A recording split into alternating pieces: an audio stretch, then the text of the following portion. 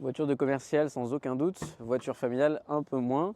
Cette voiture n'accueillera que 450 litres, son plus haut chargement, et c'est bien ce problème, c'est cette hauteur de chargement qui nuit avec ce profil fastback à la hauteur des bagages embarqués. On retrouvera quand même 3 sièges indépendamment rabattables avec une énorme trappe à ski qui sera très pratique pour y mettre de longs objets, 1,50 m à 2 m, ça passe sans problème, ça a été déjà testé hier. On retrouvera à l'arrière, elle a aussi peu d'espace. Vous voyez, je suis un tout petit gabarit et j'ai déjà pas beaucoup de place au niveau de la tête. Je suis très bien installé par contre, la sellerie est correcte, conforme, ferme, mais confort. On a également un réglage de climatisation, de port USB-C, c'est très traditionnel à l'arrière. Assez étrange, on n'a pas d'aumônière ici, mais au moins ça sera facile à nettoyer. Et puis on retrouve un accoudeur central avec les portes gobelets, ça c'est plutôt bien.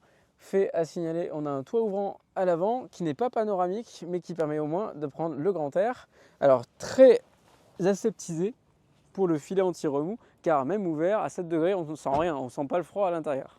À l'avant on retrouve, quand on a bien l'option du pack confort avec l'accès démarrage main libre, attention parce que sinon ça peut quand même être assez drôle sur une voiture à ce prix là.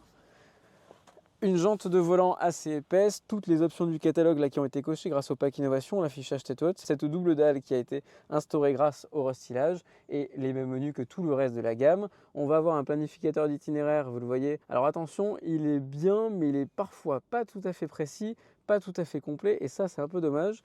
L'éclairage ambiance c'est service minimum ici.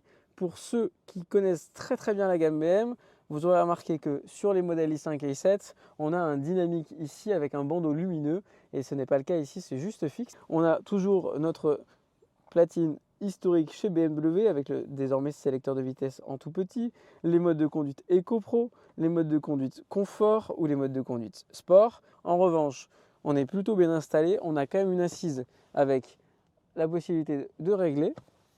On est sur un siège réglable ici électriquement avec mémorisation pour le conducteur. Attention, pas pour le passager.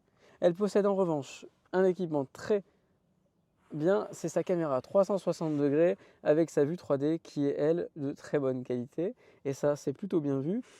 Ça c'est pour les équipements pour la vie à bord de cette BMW i4. On passera dans une prochaine vidéo sur le feeling de conduite. Dites-moi ce que vous en pensez en commentaire.